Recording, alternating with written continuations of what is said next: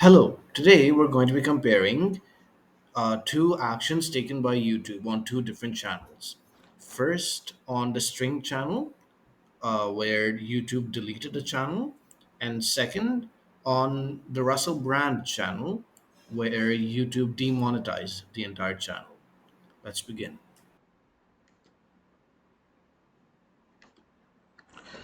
Hello, welcome to Global Nationalism. I support nationalism in my country, India, and in all countries around the globe. Today, I'm going to be talking about social media nationalists. The nationalists I'm going to be talking about today are Russell Brand and String, or the real name of String's channel. The owner is Vinod Kumar. So these two are nationalists because they both speak out for the good of their nation. Russell Brand British, I think, but he also supports America. But he's British mainly, and he talks about British issues, but also supports the general West. And Vinod Kumar is an Indian and is patriotic and speaks up for India and India's interests. They both want their countries to be free, prosperous, and their people to live good lives. They don't want to be dominated by foreign countries, foreign organizations. Russell Brand is directly against globalism. He's spoken out against it. Vinod Kumar, I'm not sure what his opinion on globalism is, although he has criticized globalists, although unknowingly or unknowingly, he is working against them.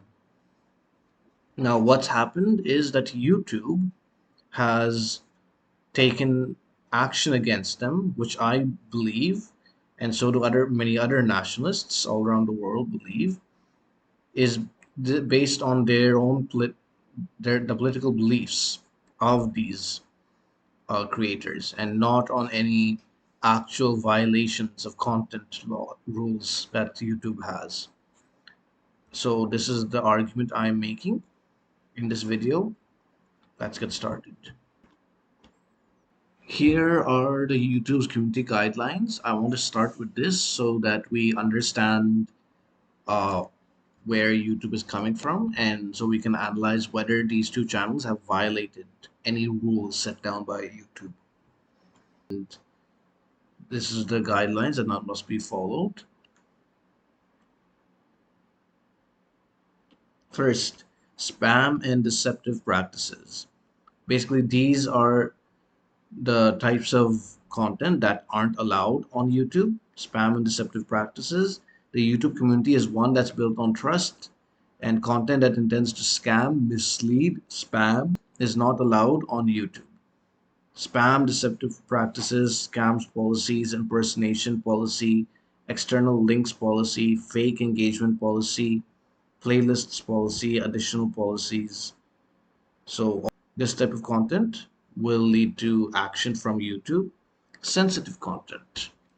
We hope to protect viewers, creators, and especially minors. That's why we've got rules around keeping children safe.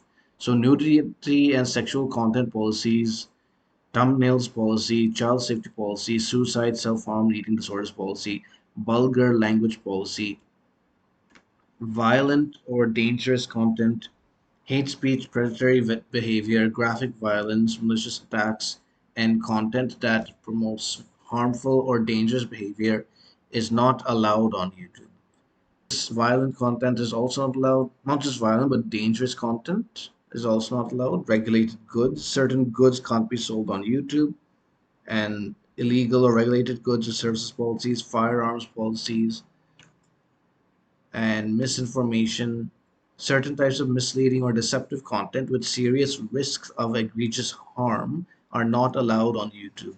This includes certain types of misinformation that can cause real world harm, like promoting harmful remedies or treatments, certain types of technically manipulated content, or content interfering with democratic processes, misinformation policies, elections misinformation policies, medical misinformation policies,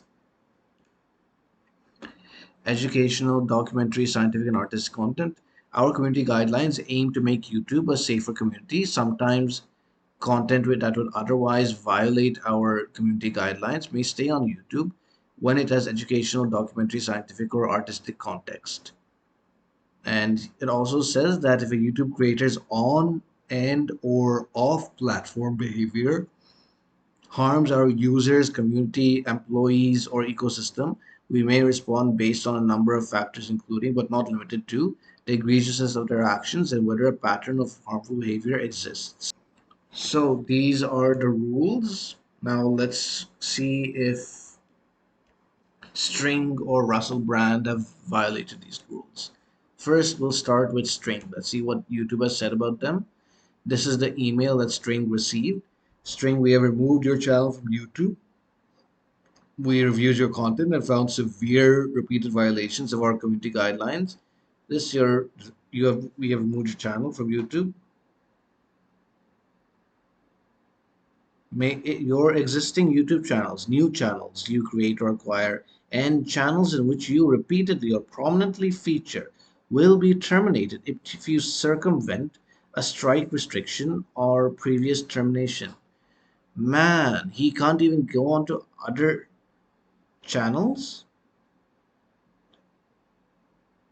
Okay, this is worrisome. But yeah, so no uh reason. They don't say what the violations are. They say how we find violations, but that's not included. This is from String's Twitter, this email from YouTube. Now, see, we don't know what guidelines he violated, but let's me try to think of them. What it could have been. Um, Spam and deceptive practices, nope. String has never sold anything, never conducted any spam, never tried to deceive its audience, and doesn't do anything for monetary gain in any way.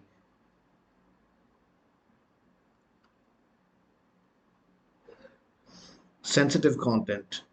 We hope to protect viewers, creators, and especially minors. So here, no, there's never been nudity or sexual content. Their thumbnails never show created children safe, ever show sex and nudity or self harm. Suicide, self harm, eating disorders were never talked about. Vulgar language has never been used, even in his native language, Telugu, which he uses. Violent or dangerous content. He has never promoted violence. He has never also shown violence. He has discussed violence when it's in the news, but he has never actually promoted violence. Hate speech, he has never used hate speech. He has never uh, targeted any community. He has criticized behaviors of some communities and certain religions, but never actually insulted them, never used bigoted words against them. Regulated goods. Certain goods can't be sold on YouTube. Find out what's allowed and what isn't. Sale of illegal or regulated goods or services policies, firearms policy. Yeah, he never sold any regulated goods on it. Misinformation. I don't think that anything he said was outright false. There might be some inaccuracies, but he's never intentionally lied to his audience. The majority of his content has been truthful and can be verified.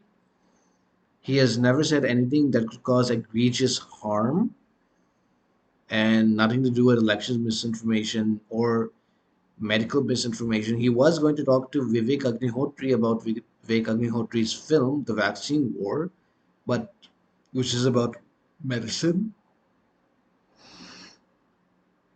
And as from what I gather from the movie, it seems to question some of the beliefs and claims made by other countries manufacturing their vaccines, but that doesn't make it misinformation. That's just a different perspective.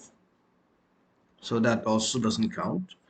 And yes, this is, I guess you call this educational content, so it should have been covered. And he has not done anything off platform that could harm me as a user, a community, employees, or ecosystems. Yeah, so I don't think that there's any valid reason for them to remove string. based on the community guidelines. I don't think he violated any of them. Here, he says there was no strike, no violation, but a straight delete. Terrible, absolutely terrible. Now, let's see what happened to Russell Brand. He was demonetized due to sexual assault allegations. Before I begin, I just want to say that I obviously condemn all sexual assault, all sexual violence, no matter anything. Any illegal sexual activity must be punished and should not be uh, looked away from. And if Russell Brand has committed sexual assaults on people, then he should be tried and convicted. But so far, he has not been proven guilty. So far, he is still innocent. And he has not even been charged. There's no trial beginning. And there's no way he could use his position as a YouTuber to influence the case so far. At least, not that I know of. So, there's no reason to delete him from it.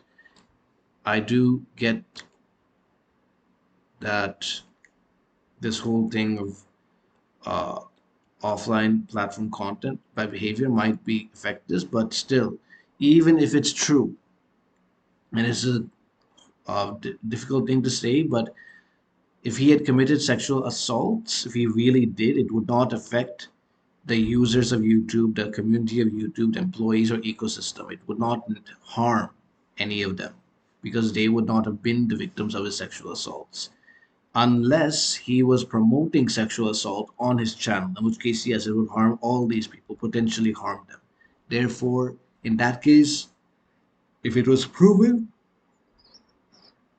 his channel should be demonetized, and in fact, I think it should be deleted in that case. But that is not the case, and so I don't think he should have been demonetized.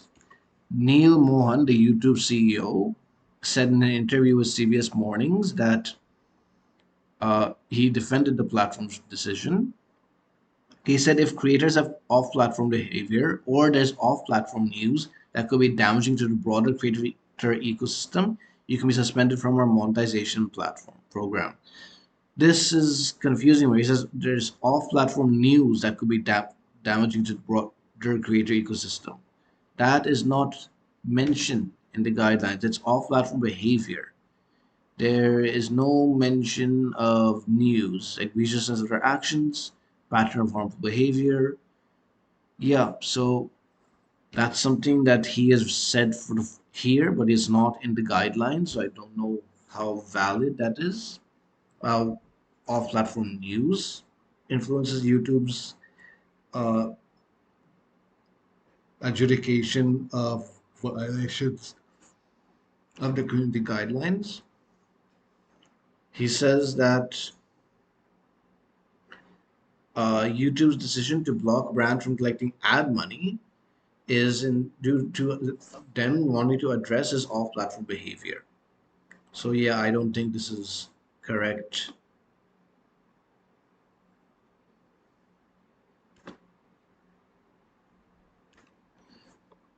Well, what can I say that except that this is clearly a witch hunt. They are coming after these two for political reasons.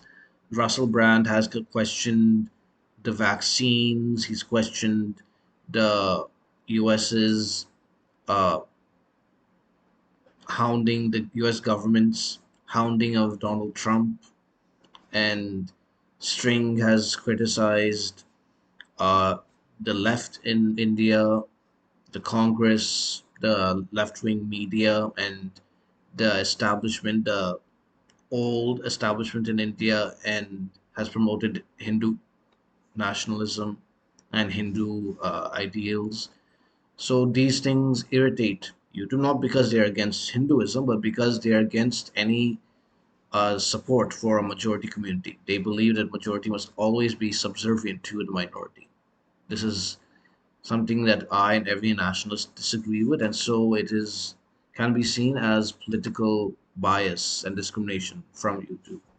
I completely reject it. And as a YouTube creator, I am worried about the direction that the channel, that the website has continued to go on. This has been going on for more than 10 years now, almost since 2016, and when Trump got elected, where channels that have been conservatives or nationalistic or right leaning in any way have been shadow banned, have been banned, have been demonetized. It's pure censorship. Sticks Hexenhammer 666 has talked about this in his videos. I will put a link to his channel in this description. I hope that YouTube changes its ways and becomes more neutral, but I don't think that's going to happen.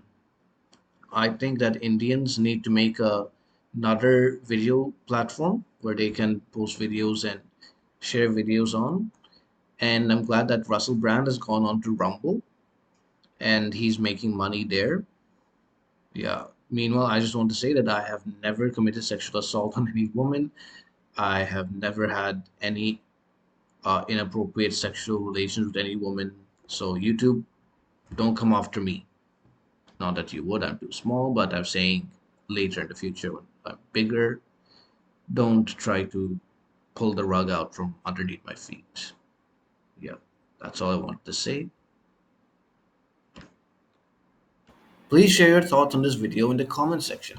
If you want to see other videos about social media nationalists, click here. If you want to see my previous video, click here. If you want to see the sources I use for this video, click the links in the description below. Thank you for watching. Vande Mataram.